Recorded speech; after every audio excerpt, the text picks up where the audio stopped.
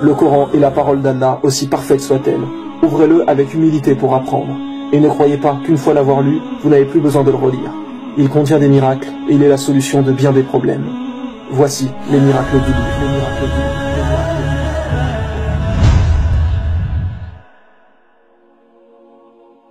Beaucoup de gens doutent de l'existence d'Allah, et c'est l'intensité de votre foi qui vous gardera sur le chemin droit.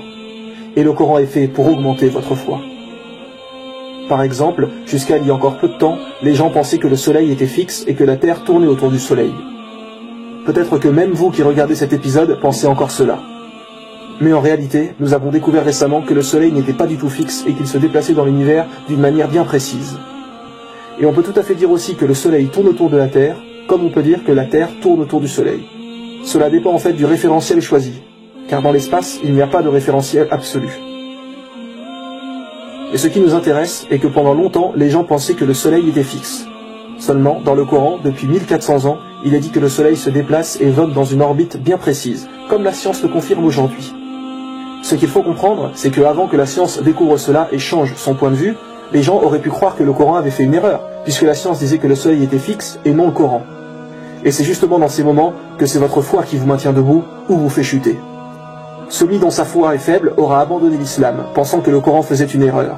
Alors qu'en réalité, la parole d'Allah est parfaite, et le Coran ne peut que dire la vérité, tandis que la science, elle, évolue et n'est jamais sûre. Mais c'est important de savoir que si un jour vous ne comprenez pas quelque chose en religion, ne remettez pas tout en cause. Il y a forcément une explication. C'est simplement que vous ne savez peut-être pas encore la réponse à vos questions. Mais ne remettez jamais l'islam en doute. Car le soleil se déplace bien dans l'univers. Il vous suffit simplement de regarder sur internet pour le confirmer. Et il est dit dans le Coran, chapitre 21, verset 33, « Et c'est lui qui a créé la nuit et le jour, le soleil et la lune, chacun voguant dans une orbite. » Chapitre 55, verset 5, « Le soleil et la lune évoluent selon un calcul minutieux. » Ou bien encore, chapitre 36, verset 40, « Le soleil ne peut rattraper la lune, ni la nuit devancer le jour, et chacun vogue dans une orbite. » Ne doutez pas de la parole de notre Créateur. Louange à Allah, celui qui connaît ce que nous savons et ce que nous ne savons pas. Il faut savoir déjà qu'en langue française, le Coran perd une grande partie de ses miracles. Pourquoi? Car son style linguistique est absolument parfait. Je donnerai des exemples plus tard dans l'épisode pour que vous compreniez mieux. Mais si vous écrivez un poème aujourd'hui avec des rimes à chaque fin de phrase, et ensuite vous le traduisez en anglais, les phrases auront toujours le même sens, mais par contre vous perdrez les rimes. Certains aspects miraculeux du Coran ne sont compréhensibles qu'en arabe. Vous comprendrez plus en détail à la fin de l'épisode. Voici certains petits aspects qui sont également extraordinaires. La sourate Al-Baqarah, qui est la deuxième sourate du Coran et également la plus longue, contient 286 versets. Et si vous regardez au milieu de cette sourate, donc au verset 143, Allah dit « Et nous avons fait de vous une communauté du juste milieu ». Allah emploie le mot « milieu ». Et ce verset tombe pile au milieu de la sourate au verset 143. Et rappelez-vous mes frères et sœurs que les versets du Coran ont été révélés dans le désordre. Vous savez qu'il y a plusieurs noms que l'on donne à Allah, comme par exemple le tout miséricordieux, ou l'audient, le créateur, etc. Un de ces noms est l'unique, qui se dit en arabe Al-Ahad. Eh bien le mot Al-Ahad est écrit une seule fois dans le Coran. Une seule fois, puis il ne revient jamais. Le mot Al-Ahad, qui veut dire unique, est lui-même unique. Le Coran a été révélé sur une période de 23 ans. Combien y a-t-il de chances de ne pas répéter le même mot sur 23 ans de révélation?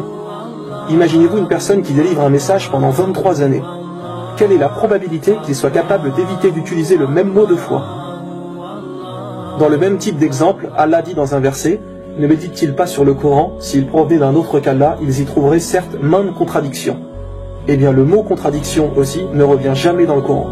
Un petit malin qui voudrait vraiment chercher une erreur pourrait dire que si on prend cette phrase au sens littéral de chez littéral, on retrouve le mot contradiction parfois dans le Coran, alors que Dieu dit qu'on ne retrouve pas de contradiction. Mais même le mot en lui-même n'apparaît plus après. Encore une fois, quelle probabilité de ne pas utiliser deux fois le même mot en 23 ans? Cela peut paraître simple, mais rendez-vous compte de la précision des choses. Savez-vous ce que le mot Coran veut dire? La définition même du mot veut dire réciter, quelque chose qu'on récite. Aujourd'hui, quand une musique sort, parfois celle-ci fait le buzz et elle est vue des centaines de milliers de fois, puis très vite on l'oublie et hop, on passe à une autre. Les gens chantent la musique plusieurs fois, puis s'en lassent. Idem pour un film qui marche, il fait un carton et avec le temps, d'autres films le remplacent. Alors que le Coran, depuis plus d'un millénaire, est récité constamment, et aujourd'hui par plus d'1 milliard de personnes. Aucun livre depuis l'histoire de l'humanité a été autant récité. De plus, aujourd'hui, avec le décalage horaire, sachez que l'Aden, qui est l'appel à la prière, est récité 24 heures sur 24. Jamais l'appel à la prière n'est stoppé dû au décalage horaire. Constamment, il est récité sur terre. Quand le prophète sallallahu alayhi wa sallam a donné ce mot, le Coran, comment pouvait-il savoir si celui-ci allait être encore récité dans 1000 ans, si ce n'est par la révélation d'Allah? Même le mot Coran est miraculeux en soi. Tout est parfaitement bien choisi. Prenez n'importe quelle star, avec le temps, on finit par l'oublier.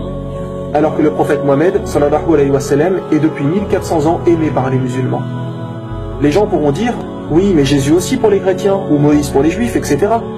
Et ce qui est intéressant, c'est qu'un verset du Coran parle de la renommée du prophète. Il est dit, chapitre 94, verset 4, « Et exalté pour toi ta renommée ».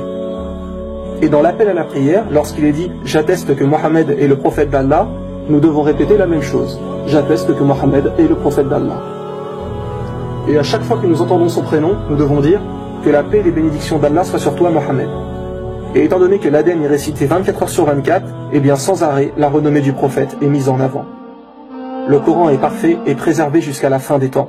Outre le fait qu'Allah dit qu'il en est le gardien, et cela nous suffit pour croire que personne ne le modifiera jamais, Allah dit aussi qu'il a rendu le Coran facile pour la mémorisation. Et aujourd'hui, des milliers, voire des millions de gens connaissent le Coran par cœur. Même des enfants de 6-7 ans le connaissent sur le bout des doigts. Dans la prière, nous récitons des sourates de celui-ci, donc beaucoup d'imams, etc. le connaissent parfaitement. Alors imaginez maintenant si on brûlait tous les livres religieux, Bible, Coran, Torah, les Védas, etc. Rien que pour la Bible, il serait quasi impossible de la réécrire parce que peu de gens, voire personne, la connaissent par cœur. De plus, il existe des versions différentes, retravaillées et modifiées par l'humain. Donc personne ne se mettrait d'accord. Croyez-vous que vous remettriez les Védas ou la Torah comme cela? Idem, ce serait mission impossible. Et en plus de cela, l'origine réelle de la Bible et des autres livres est confuse. Elles ont plusieurs sources différentes. Mais allez dans une mosquée et demandez aux musulmans de réécrire le Coran, et en une journée, le Coran est de nouveau là. Et mot pour mot, identique à avant.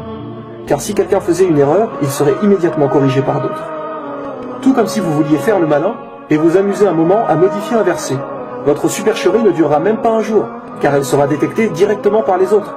Les gens récitent le Coran sans cesse, donc personne ne modifiera jamais le Coran.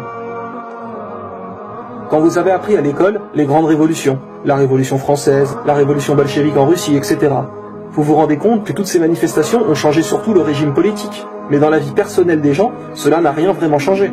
Alors que lorsque l'islam est arrivé, les gens n'ont pas seulement changé le régime politique qui était à l'époque, mais toute leur vie.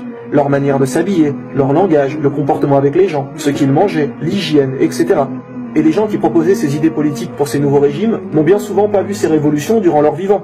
Ce n'est que des années plus tard que cela est venu. Alors que durant la vie du prophète, sallallahu alayhi wa sallam, tout a changé directement, car il était guidé par Dieu. Ce que nous voulons dire, c'est que, imaginez-vous que votre voisin vienne vous voir et vous dise « Voilà, je suis le messager de Dieu. À partir d'aujourd'hui, tu devras faire tout ce que je dis, car ce que je te commande de faire est la volonté de Dieu. » Allez-vous le suivre, ou alors allez-vous le prendre pour un fou?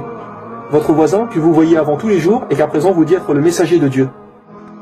Surtout qu'à l'époque, les gens étaient fiers et suivaient fermement leurs idées religieuses. Mais non, ils se sont tous mis au fur et à mesure à suivre le prophète Mohammed, sallallahu alayhi wa sallam.